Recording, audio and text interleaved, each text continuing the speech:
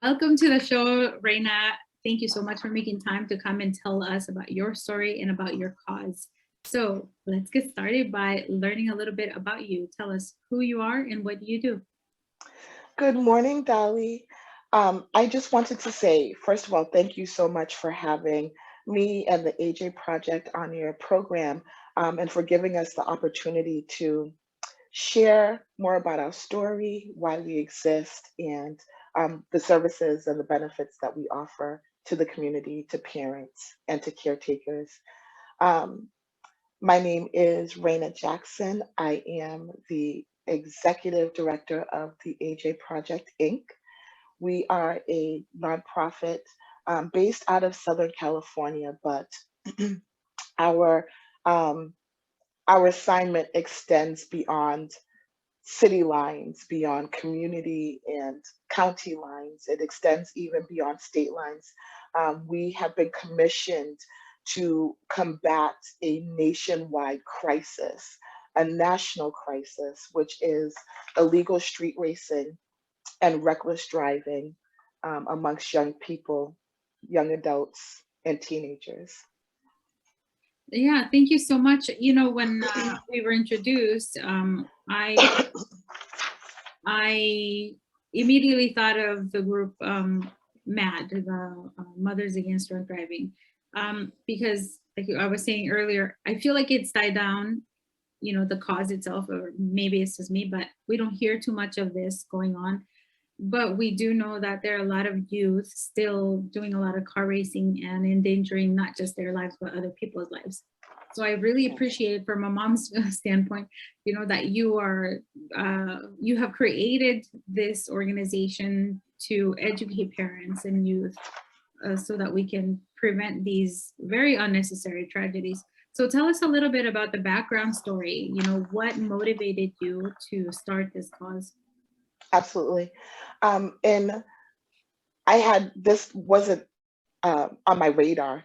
I wasn't aware that young people were street racing and reckless driving to the levels that they are until it affected me, until it happened to me. In May, actually May 28th, 2021, my firstborn child, my son, Ajanni Cabrera, passed away in a motor vehicle car accident in which speed was a factor. He was coming home from work um, and just driving fast. Not really sure the specifics and the details of his accident, but he ultimately did pass away. Um, in addition to him passing away from the accident, I also learned, a couple of days later that he had been ejected from his vehicle because he wasn't wearing his seatbelt. And I would always tell him when every time he left and I would talk or I'd call him and he would be driving, I'd always say these things to him. Johnny, drive carefully and make sure that you wear your seatbelt. And he'd always say, yes, mom, okay, I got it. And I believed him. I believed that he was, at least wearing his seatbelt. Um, but that wasn't the case. In the weeks and the months after my son passed away, we began to see accident after accident after accident amongst young people. My son Johnny was 20 years old at the time that he passed away. And sometimes you see something and you can't unsee it. Mhm. And so when we began to see accident after accident with young people in our area, 16, 17, 18, 19, 20, I said, Father, something has to be done. Um, I didn't want another family, another mom, another dad, another set of siblings to go through the unnecessary pain that we went through. So that is how the AJ Project was birthed. Yeah, thank you so much for sharing your story, and that's really unfortunate, that you lost your son to that. Something that could have been preventable. And you know, you said something that so many parents find out, right? You think Mhm. that your kids are doing what you're telling them to do. I can relate to that, you know, especially when it comes to the things that feel more important to you. Sometimes, you know, you tell them, hey, don't do that. And then come to find out they actually are. um, I think it's something that we'll never understand, you know, why, especially when it's something very simple.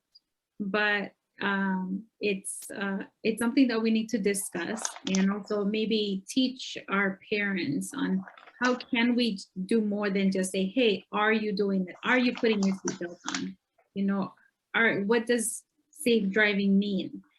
So can you talk a little bit about how it is that you are educating parents and youth about you know, being safe on the road? Yes, absolutely. So, and I apologize, I'm recovering from a cold, but as I mentioned before, this is a national crisis, and it has been deemed a national crisis by the Secretary of Transportation, Pete Buttigieg. Um,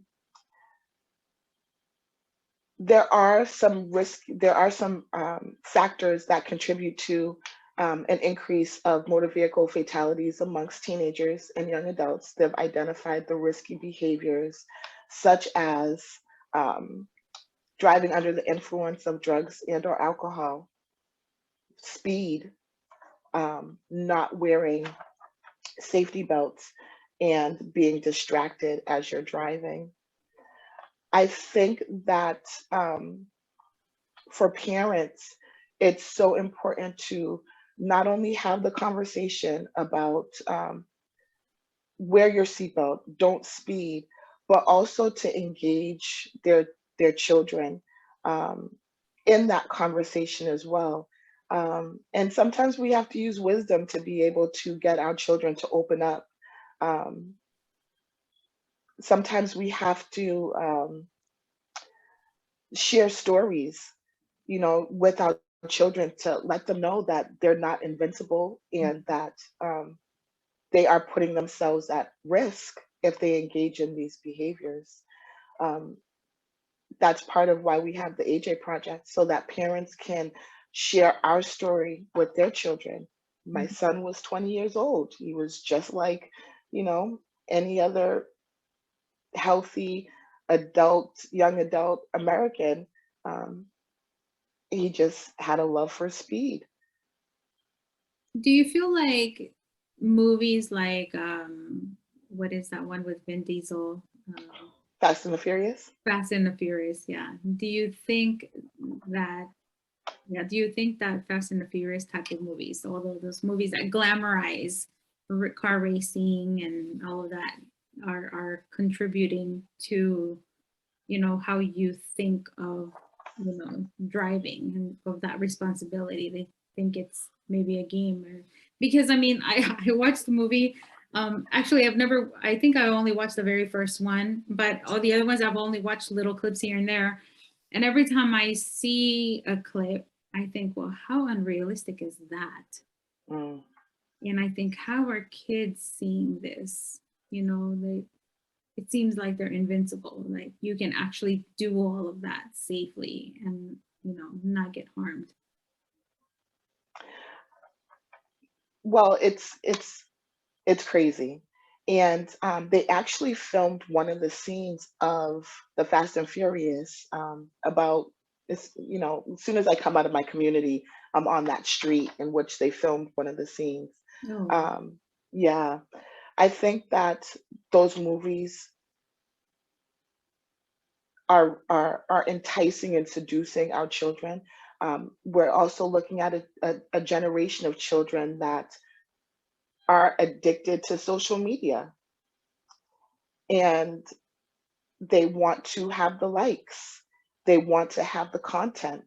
Um, they so watching these movies such as Fast and Furious would make them feel as though they are invincible.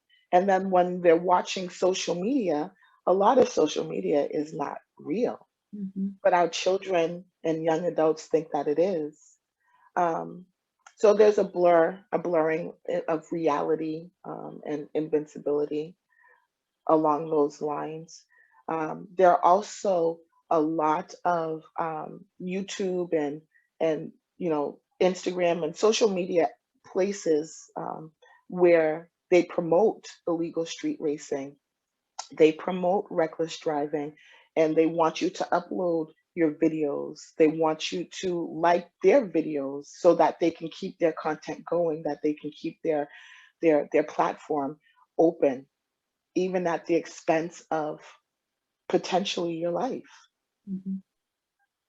Do you feel like maybe kids are driving too soon, too early with not enough driver's training? Um, I think back to when I got my license. I got my license at 16, and I had the driver's education and I was responsible. Um, I don't think that it's the fact that our children are getting their licensing too early. I think that the factors of social media, I think that the peer pressure, even the bullying that is prevalent right now is contributing to it. I think also, well, I know according to the research that this increase in motor vehicle fatalities has been linked to COVID. Oh, really? Yes, they're Yeah. saying that it is a symptom or of COVID, if you will. The reason being is that our children and our young adults, their mental and emotional uh, health was negatively affected. When the lockdowns occurred, we don't have as many drivers out on the road. I mean, we saw that. I would go out and I was like, whoa, the roads are clear. I love it. um, our young adults and teenagers, they didn't have the social interaction with each other at school anymore, at sports anymore. So and everybody was social distancing. Add to that the fact that there was a whole defund the police movement happening. So what do we have here? We have open roads. We have um, roads that are not patrolled because of the defund the police movement. And we have children that are acting out and that are suffering mental, emotional, and socially negatively. Um, and so that was all put together in a pot, and um, our children began to street race. They began Mhm. to drive recklessly, and they were able to video each other doing these things. So I don't really know anything about street racing aside from that. I know in the Inland Empire in California, where I grew up, that was always a big thing I heard of. And people would always talk about, let's go to the racetrack, or let's go down to on Haven Avenue, or down on, whatever freeway, especially going up to the Mojave Desert, because those roads are pretty desolate. Usually all they have is big semi trucks, moving shipments back and forth. And even that is dangerous because, those vehicles, it takes a lot for them to stop abruptly. And I know that a lot of accidents have happened there. And as a matter of fact, when I was stationed at Fort Irwin, the road that takes you into the base is about 45 minutes long. And all I would see, I don't know if that stands today, but it's a bunch of crosses on both sides of the Yes. road of so many people who have died because it's such a lonely road. They think, oh, no biggie. And it has a few curves, and they underestimate what those few turns and curves can do on the road, right? Mhm. But how are these kids doing the racing? Is it with like just any average car, or is it that they're souping up their cars with some kind of, I know that they put all kinds of things in them to make them go faster, and are these like organized races, or is it more like individual people that are having these accidents? Yes. So they are using regular cars. Um, sometimes they will soup up their car. They are joining car shows or car groups. So that's one thing that parents be and caretakers and educators be aware of. Um, if your child starts speaking to you about different meetups with different car groups, that is an indicator, that is a red flag. My son, Ajanni, before he passed, he mentioned something about he was having some issues with his car. And I said, well, how do you know? I have never heard of such a thing before, you know? Um, and I'm older than you, and I've been driving a lot longer than you, or what is that? And he said, oh, someone in the car group that I'm a part of mentioned it to me. If I had known car group, wait a minute, and that was a flag, then I would have been able to have a more detailed conversation using wisdom to draw some things out of him, draw the truth out of him. Um, so that's one thing. Another thing that they are doing, again, the social media. So it could be friends and friends of friends um, that post something. They have something called takeovers, where you would have hundreds of young people um, basically pull up to an intersection and take it over.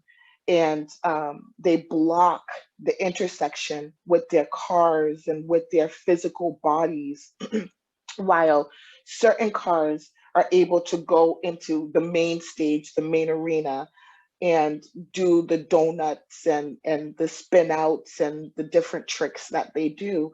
Um, the danger in that is obviously the car is spinning and twisting, and people have been hit. Bystanders, those who are videoing again to have the content for their social media, have been struck and have flung, you know, however many feet high in the air and come back down again. This is such a problem. This just happened in San Bernardino this week, for the second time this week. The police aren't able to get access to the intersection because of the crowd that has blocked it off. Mhm. Um, so they wherever they desire to do a takeover, that's where they do the takeovers. So are there certain hotspots there in California or any others that you know throughout the nation that parents should be aware of? I think at this point, because it's a national crisis, and doing my research, speaking with other parents, speaking with community leaders and activists, whatever street is open, that's what they're using. Mm. Wow, that's so I dangerous. know. Mhm.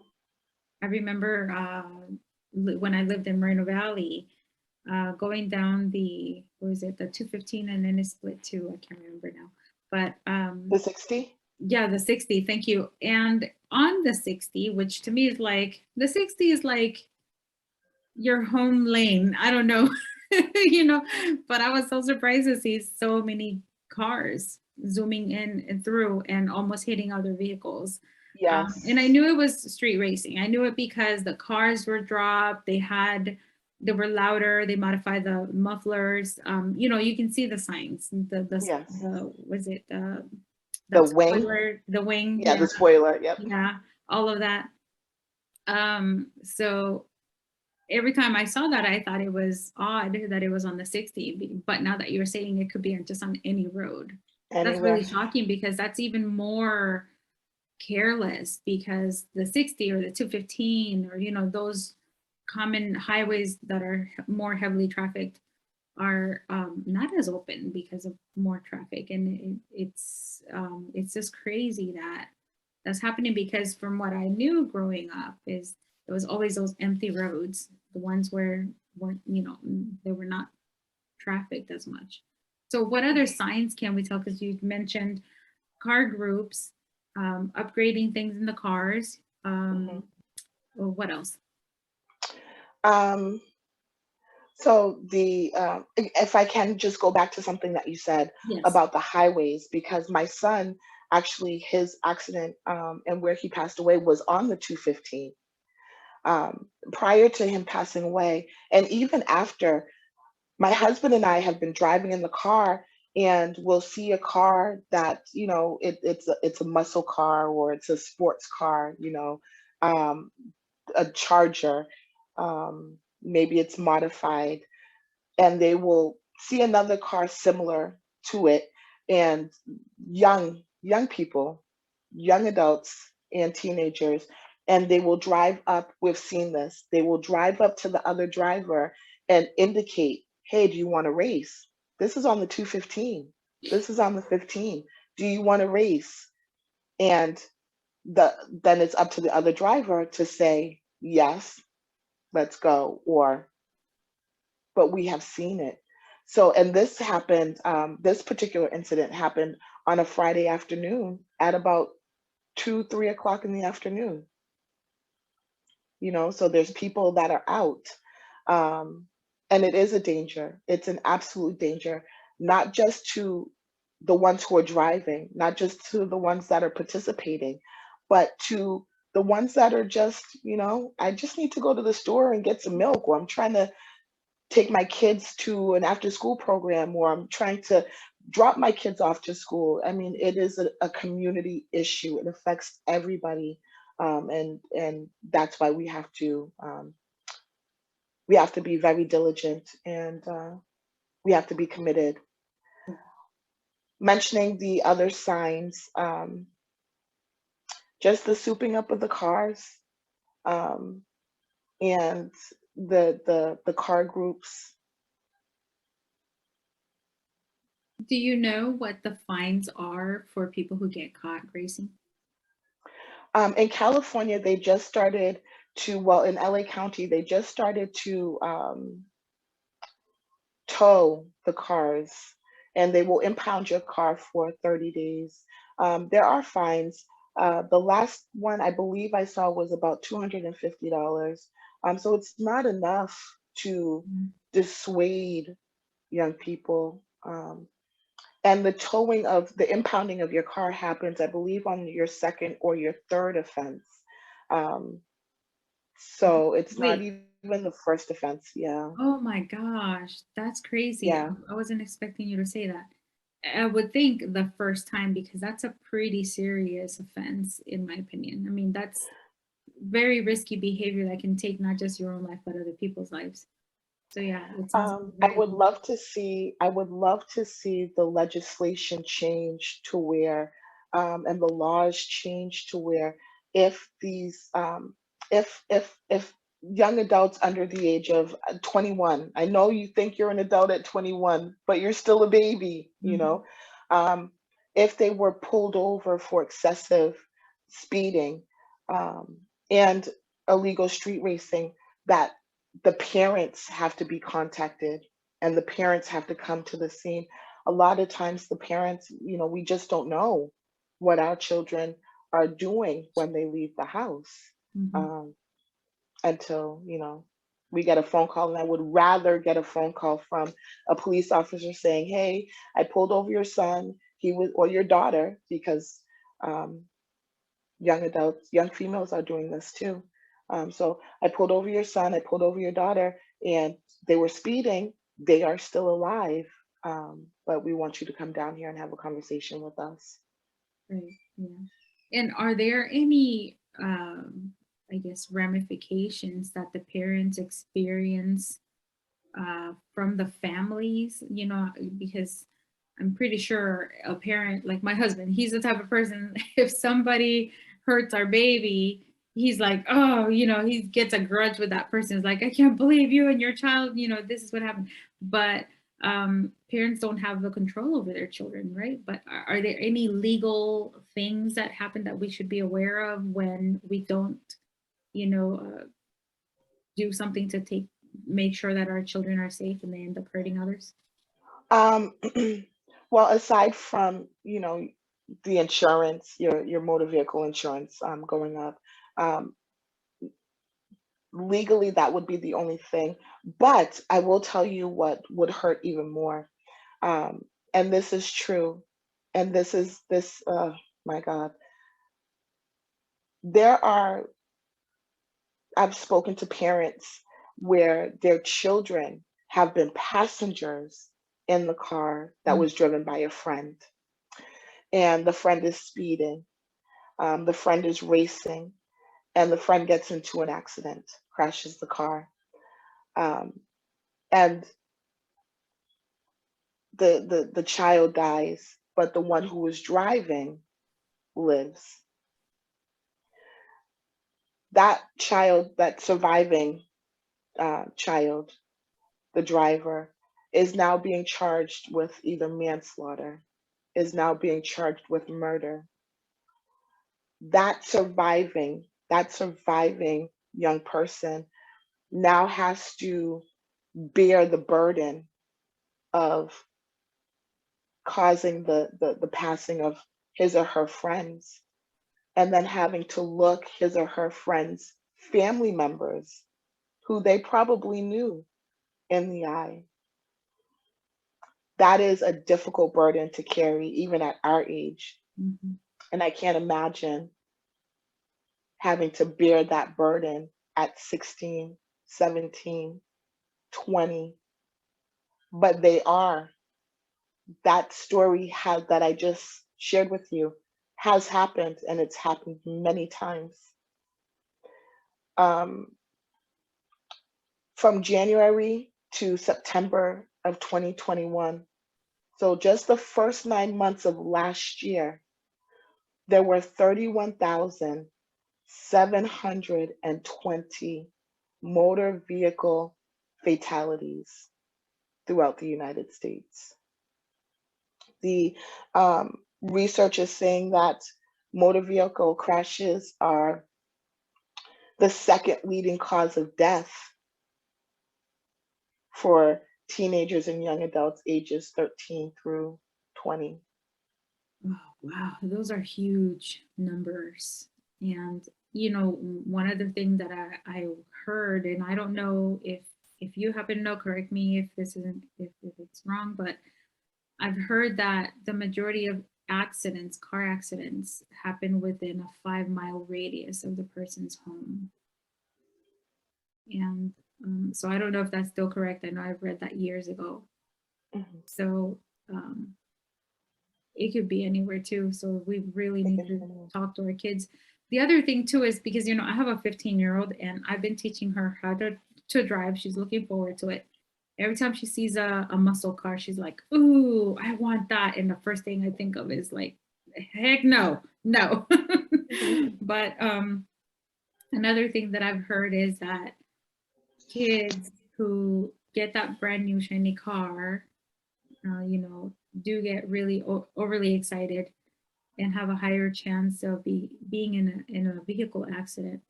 Um, just because they're like super excited and they kind of get into it and crank up the music. And my daughter is all, I don't get it. I don't get it. What does music have to do with driving? Mm, I'm driving with my eyes, not my ears. And I'm like, actually, you have to use both.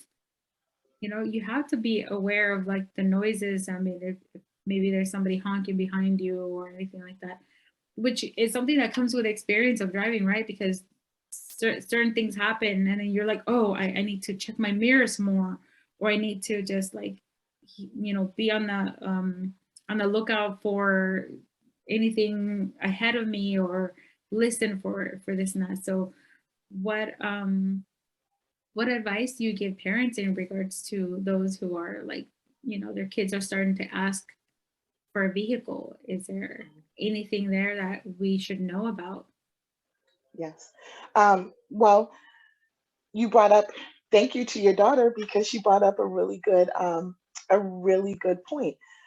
What my son loved, he wanted to get a Nissan 350Z. Mhm. And I had never heard of it before, but when I saw it, I was like, oh, okay, this is a sports car. I think when our children, and that was a missed opportunity, I could have had a conversation with him then. Well, why do you want this? Why not this? And that would have been an opportunity to pull out why he really wanted this 350Z. And so when our children are coming to us and telling us that they are interested in a muscle car, um, don't panic. Have the conversation and have it authentic. You want to know what is your child thinking? What is your child being exposed to? When we talk about, and I love your platform about bullying, because it happens in so many unique ways, subtle ways as well. Um, what is what is our children's peer groups into? Are they into muscle cars? Are they into sports cars and coupes? Chances are that what our children's friends are into is what our children are into as well. Um, and so then we can begin to speak to their self-confidence. We can begin to speak to their the value of their life, that they don't have to fit in per se with the muscle cars and the sports cars and the street racing. I Years ago I bought a Nissan Rogue, right? And at the time that I purchased it, I saw my children driving this car. So I purchased it and I said, I know I'm only going to drive this car for X amount of years before my children get their license. By the time they get their license, the car will be paid off and I will be in something else. And so when Ajanni got his license, um, he started driving the Rogue. And for me, it was like a vision and a dream fulfilled, right? We didn't know until after he passed away that some of his friends would tease him and say, "Oh, that's a mom car. Mm, That's a mom car." And I was like, "Wait a minute. How is that a mom car? You know, it's a crossover SUV." And he's not here to answer for himself, but was the influence of his peers telling him that this particular vehicle was a mom car what drove him into getting a racing car. Um, so again, those are different conversations that we can have with our children, with our young adults, to not be influenced. And if they are, because I mean, we were young once too. We know what that um, acceptance amongst our peers feels like.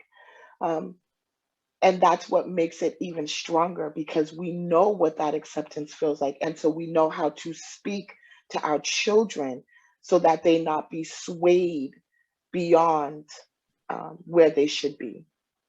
yeah. I feel like sometimes boys experience peer pressure at a much higher level. And maybe I'm wrong, but maybe what the real difference is the types of pressures that they experience. So yeah, it's definitely needed to, have these conversations with kids. So let's pivot a little bit about how you're having these conversations. Are you going directly to parents or are you going through other organizations to deliver your message? So we are trying to, and we have been doing assemblies at high schools, um, at community events, community fairs, online, wherever wherever we can. That's where we are. Wherever we can get in, that's where we are. That's great. So you're talking directly to the kids. Directly to the students, directly to the students, directly to the teachers, and on this platform and on your programming, speaking directly to the parents. It's a community issue. We've spoken to law enforcement. They are, they truly are heroes. The things that they see, I mentioned my son was ejected from his car. Mhm. And in fact, the occupant ejection rates are up as well, 30%. So of that 31,720 motor vehicle fatalities, just factor in approximately 30% were ejected from their vehicle. You know, And it's the police officers, it's the first responders, the paramedics, the firefighters that um, come and they witness these things. So yes, we are talking. We have to get this message out before the people, before the parents, before everybody, before the community. so what age do you think that we should have this conversation with our children? Or, Middle school. oh, I think even younger than that. I think that we can have conversations like these with our children when they're still in their car seat in the back seat, 2, 3, 4 years old. Why? Because our children are watching everything that we do. And I will be honest, I had a heavy foot when I was pregnant.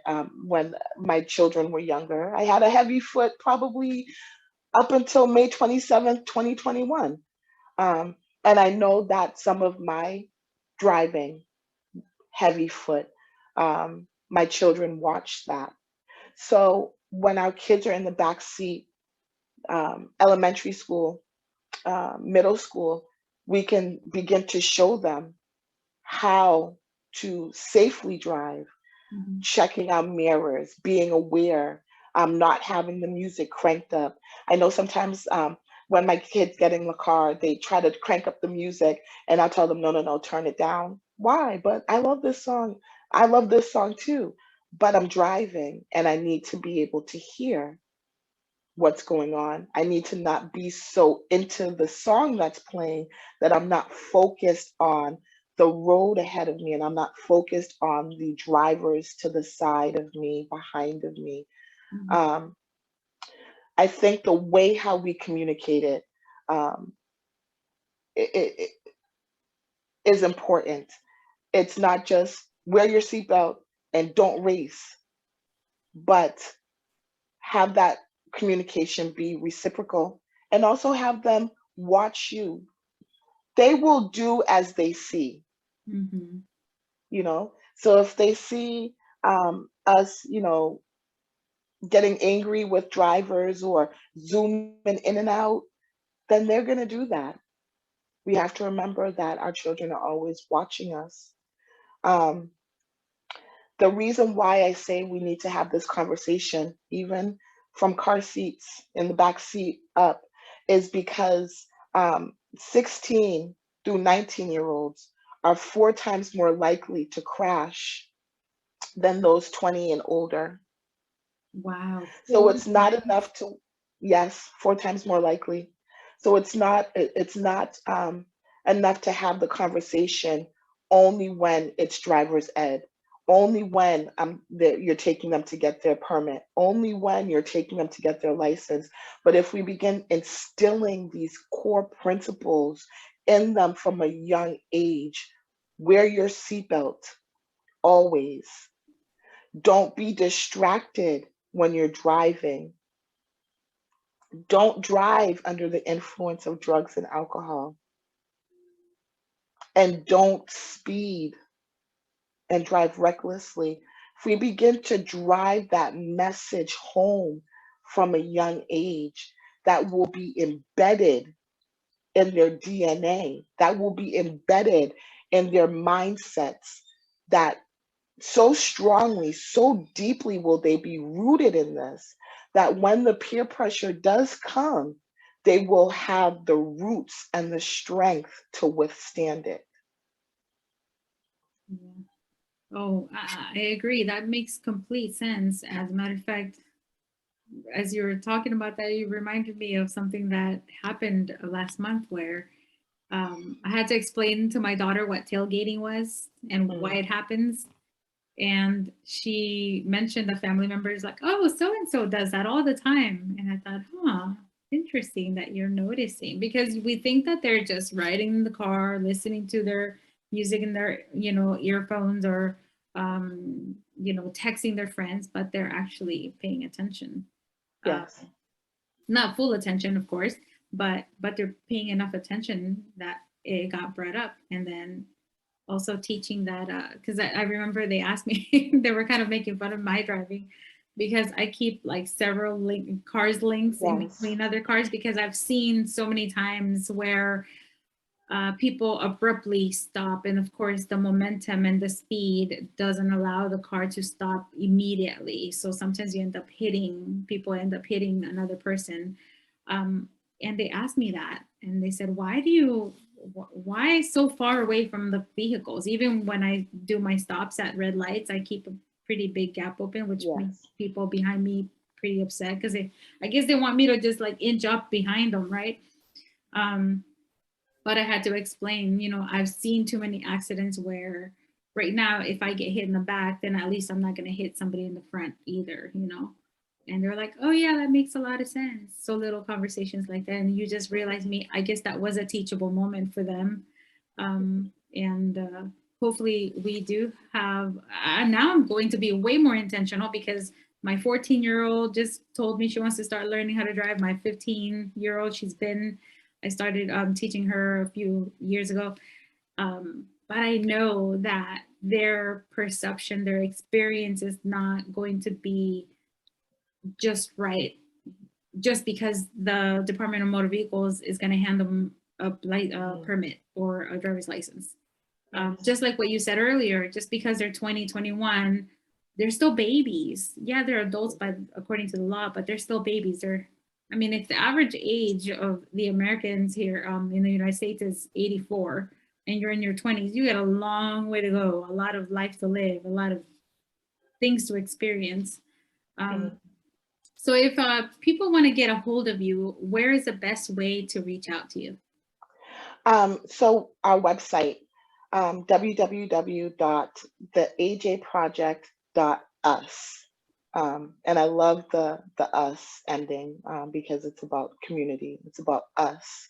Um, Also, we're on Facebook. We are on Instagram. Um, my personal email address, which is Reina, Reina, at theajproject.us, are the best ways to reach out. I wanted to mention something, because as you were sharing, it's important that we know that motor seatbelt use is the lowest amongst teen drivers. And oh, I know, Because I to know. me, it feels like it's such a habit. Like I get out of the car, I get into the car, and without thinking about it, I just clip my darn thing on so much that I try to get out of the car still strapped in. I do that. I do that a lot. My kids always make fun of me, but I'm like, I'd rather, that happen. It's that ingrained in me. Because I Yeah. remember growing up in the 80s when I arrived to the United States, that was a new thing for us. We're like, oh, you have to clip up, you have to buckle up. And then I think it was like either close to the 90s, the law passed where it was mandatory for not just a driver, but everybody I can't remember what it was, but I remember that was a struggle having to remember, because it was not something I was taught since birth.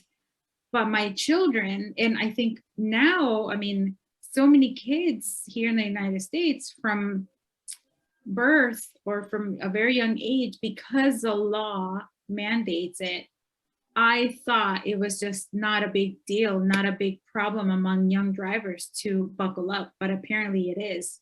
And that just baffles me. Blows me away. Um, we moved to California from Massachusetts, and at the time that we moved, they had created the click it or ticket initiative, um, but that was probably in maybe 2012, 2011. It was so recent that um, it hadn't become a habit for me. So again, what our children see us doing is what they're more likely to do. I never wore my seatbelt. You get in the car and you drive. I come from I come from the generation where our parents would let us ride in the back of the pickup truck Oh, yeah. on the highway. you Mine know, too. I know you look back at that now and you're like, whoa, I really yeah, got like some. what were they thinking? What were we thinking? Um, so I'm an 80s baby. I come from that generation where we were out and and drink water straight from the water hose. Yeah. Um, so I never wore my seatbelt. I never wore my seatbelt. And it was almost a hassle for me when they kept increasing the age in which you had to keep your babies in car seats. I would say, wait a minute, they're 4 years old. What are they doing in a car seat? I was looking at the age.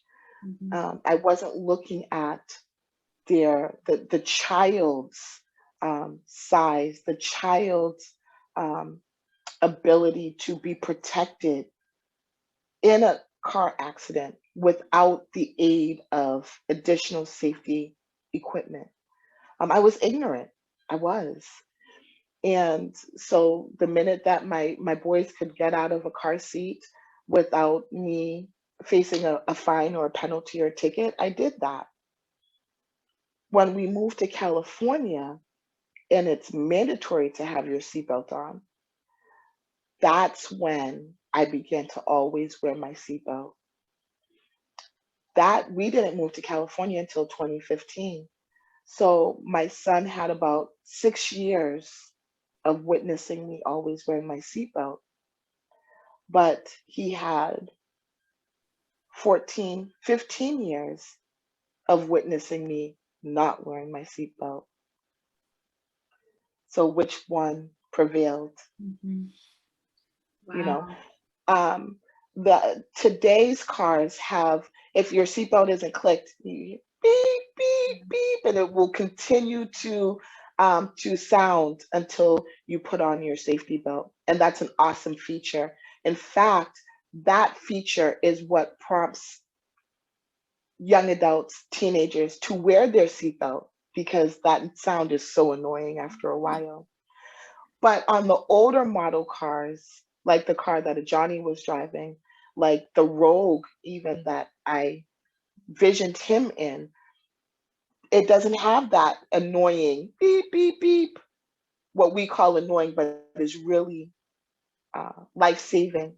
It doesn't have the sound associated, it just has the blinking light. Mhm. So my son would not wear the seatbelt because there was no sound that would uh, irritate him into putting it. Okay, you know what? Let me just put on this seatbelt because I don't want to hear that anymore. So parents who your children are driving cars that don't have the audio alert, um, you can take your car to a mechanic. There's different things that you can do to get that. Yeah, the different technologies, they can rewire stuff so that That's really good to know, that will especially for sound. parents who are going to purchase the older car that doesn't have that. That's I had no idea. I mean, it Mhm. makes sense. You can put anything in a car. Just like the other day, I was telling my daughter because she was like, "I'm so fascinated with windshield wipers," and I was like, "Did you know that cars originally didn't even have windshields?" They're like, why did they add them? Oh, because people were dying. Like bugs would fly into their eyes and then they'd get into a wreck. So they were like, oh, let's add a windshield. And then it rained. So they're like, oh, let's add windshield wipers and, airbags and all of that. Mhm. So I'm glad that you mentioned that because we can definitely Yeah. take them to a place, maybe not a dealer, but other Mhm. places. People can do anything nowadays. Yes. I mean, if they can modify and soup Right. up their cars, Mhm. then parents, teachers, we can modify the cars too and Yes. soup it up with the alerts and the chimes and the rings and Right. to get them um, to live. Yes. There's also other things that um, some of the newer cars have the technology that alerts you, the smart technology that alerts you to how fast your child is driving. Really? And yes, I some of the didn't know newer that. models have that. I'm definitely getting that because Yes. wow, that's And cool. then if you don't have that, every child has a cell phone, Yeah. you know. It seems like they can't live without it. Mhm. And sometimes that gets on our nerves as parents. We're like, oh, give me the phone. But this is a blessing because there are apps that you can install on your child's phone that will tell you, and in fact, I recommend that, when your child becomes of driving age, or when they're hanging out with other friends that have their license, have their permits, I would strongly recommend that you do install these apps on your children's phones. Why? Because even if you don't even if your child is not driving and they're in the car with a friend who is driving, we still want to know, is that friend being responsible? We still want to know, is my child in danger? There have been so many accidents, as I mentioned earlier, that the driver lives, and it's their friends that pass away. You know, if we have the technology is out there. We just might not know it. I didn't know that it was there until I had to educate myself, um, until I started doing the research and seeing what all tools are available for parents, and caretakers to combat the illegal street racing and the reckless driving. Wow, thank you so much for mentioning that resource. I'm definitely going to look into that because I know that I have an iPhone and I put that driver's alert, I don't know what they call it, but if somebody texts or calls me, it sends them a text that says, I'm currently driving or something like that. I'll call you later. And that has been helpful for me, because I too am tempted to pick up the phone while driving. So now I have to put it away somewhere where I can't reach it. Yes. And also that way people respect the fact that, like, okay, she's driving. I'm not going to text her and tempt her to pick up the phone. Because it takes just 1 second. I've seen it. And I've actually dodged some because I've made that mistake in the past. And I know a lot of people struggle with that too, because the phones have become almost like an extension of our bodies. It's crazy. It's something that really bothers me. I wish I could not have to, that I didn't have to rely on it for so many things like banking and, not just calling Yes. people, but yeah.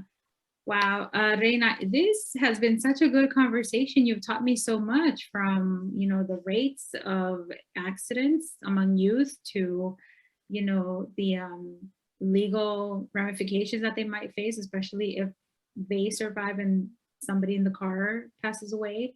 The apps, that is completely new. I'm definitely going to check out some apps after this just to have them implemented and get used to using them right now before they even start driving. And of course, you also told us how we can get a hold of you through your website at the ajproject.us, right? Mhm. Yes. And you're also on Facebook and Instagram. Yes. Awesome. And on YouTube as well. And YouTube. There we go. Mhm. Well, thank you so much, Reina, for sharing about your story. And again, I'm sorry that you had to even dive into this whole world of educating people about car safety and trying to prevent kids from car racing. Yes. Because unfortunately you lost your son to that. But I'm pretty sure that he's really proud of you, knowing that you're doing this. I know it's in his memory, and you do it with so much heart. And whatever that the DaliTalks show and podcast can do for you, we're here for you. And hopefully you'll be back and inform us on new updates. Thank you, thank you, thank you, thank you so much for having us, Dali. Um, I appreciate it. The AJ Project appreciates it. Um, so I just want to thank you for allowing us to come on as a guest today and to share. Thank you. Absolutely. Absolutely. Have a great day. Thank you, you too. I hope you really enjoyed this conversation. Remember what she said, right? Start talking to your kids about safety in the car and responsible driving at an early age, just like anything else, really. I think you're going to hear that a lot on this podcast, because that's how kids build good habits and that's how you form their values. So check out what Reina has to offer. Go to her website. And remember that if you have any questions, you can reach out to her as well. All right. Well, thank you so much once again for tuning in, and you'll hear from me next week. Bye. Hey, Did you like that episode? If you did, be sure to subscribe to this podcast wherever you may be listening and write a review. If you want more tips or some behind-the-scenes videos, make sure to follow my mom at DaliTalks on Instagram. You can turn on notifications for her posts and stories as well. Thank you so much for listening to this podcast. See you next time.